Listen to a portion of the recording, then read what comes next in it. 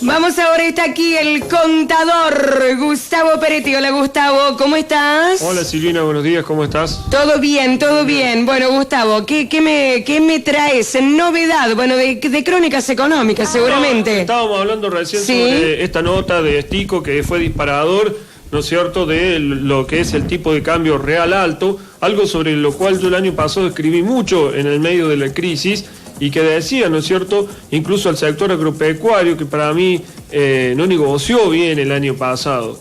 Yo siempre decía que un tipo de cambio real alto, acompañado por un nivel de retenciones alto, porque el campo siempre discutió el nivel de las retenciones en lugar de discutir lo esencial, que es el tipo de cambio el que debe, ¿no es cierto?, percibir para que la economía pueda ser dinámica.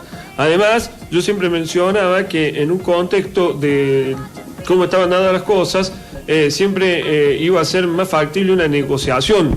Hoy en día me parece cómo está viéndose la evolución de los hechos, marca un tipo de cambio real alto y un incremento del gasto público, sobre todo en lo social.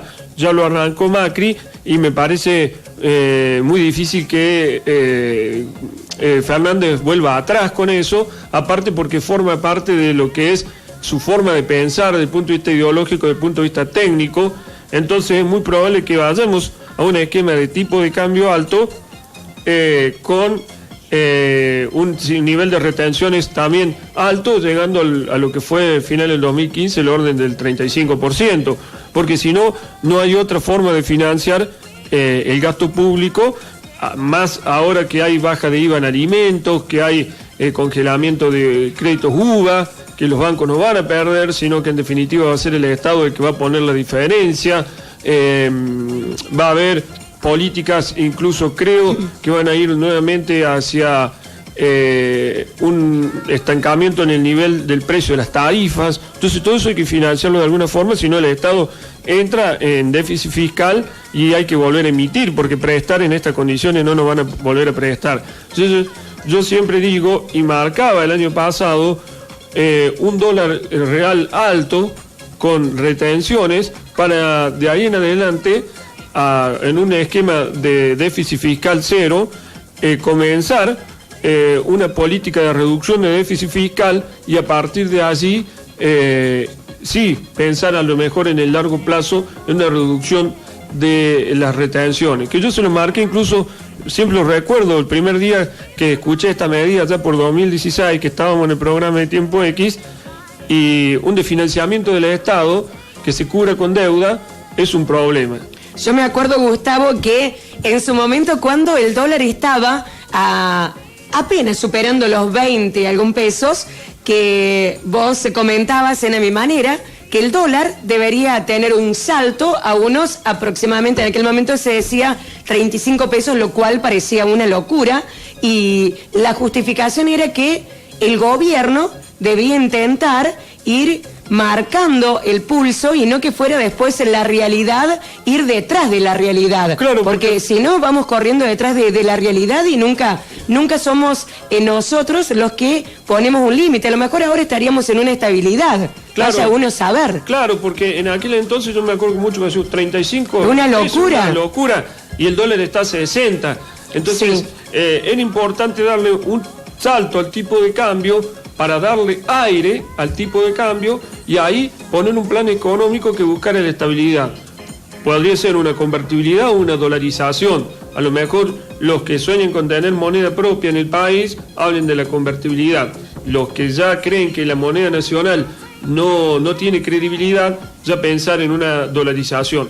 Pero mientras el Estado argentino no acompañe todo esto con un conjunto de medidas, saliendo, ¿no es cierto?, de un punto determinado y teniendo un norte que es la reducción del gasto público, y después de ahí sí encarar una baja de impuestos, va a ser muy complicado y la moneda es muy probable que siga devaluándose, sea el que esté en el gobierno. Por otro lado, Gustavo, yo estoy recordando todo lo previo al 11 de agosto, las elecciones del domingo pasado, en donde veníamos escuchando constantemente de que desde el gobierno estaban llevando adelante un plan que desde los medios se le denominó el plan llegar, es decir, poder tomar medidas que permitieran ver qué resultado y cómo se expresaba la gente, es decir, manteniendo el tipo de cambio estable o que no se fuera por encima de los 43, 45 pesos que estaba en ese momento, pero que después definitivamente iba a aumentar.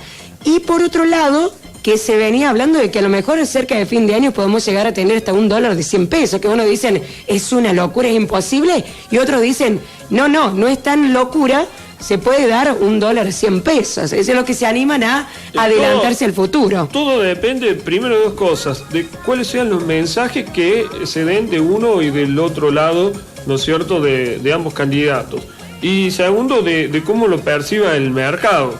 Esta semana empezó convulsionada y después se tranquilizó por los mensajes de los candidatos. Pero entonces, al tranquilizarse, las LELIQ se fueron renovando y los plazos fijos, hubo una salida del lunes o martes, y aparte de los tenedores de letes que no renovaron del orden de los $500 millones en estos días, después una salida neta de 4.000 millones sumando todo. Si se estabiliza ahí el dólar, o sea, la salida de capitales, ¿no es cierto?, el dólar va a quedar en estos valores. Ahora, si empieza a haber corrida bancaria y corrida cambiaria, ahí el dólar, establecer un tipo de cambio es bastante complicado, y no solamente le complica la circunstancia a Macri para el final del gobierno, sino también le complica y mucho el punto de salida al próximo gobierno, porque es bastante dificultoso, porque ya el mundo no le cree al país.